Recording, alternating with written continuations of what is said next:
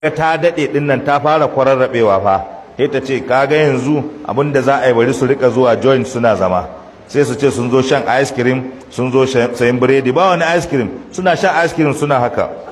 suna sacin yauwa barakallahu fik sacin suke tana ganin ka shigo kai ma shan ice cream sai ta yi wuf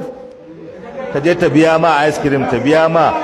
ma shinkafa ta biya ma waye duk abin da ka saya ta biya daga nan sai ta ce ai gaskiya dama tuntuni menene wai dan kar ta ce ana aka hadu sai ta ce dama can ko abun nan ne bari da Allah ba ni number ka dama ina jin an bani number ka in gwada sai ta ce dama ina ta san ka dama wani wuri ya za a yi da Allah mu haɗu mu je mu abun nan ba ka dan zo gidanmu mana ka gaida babana ni in abun nan kana zuwa gaida baban nan yanzu in dai juninka zuwa gaisuwa tun da wuri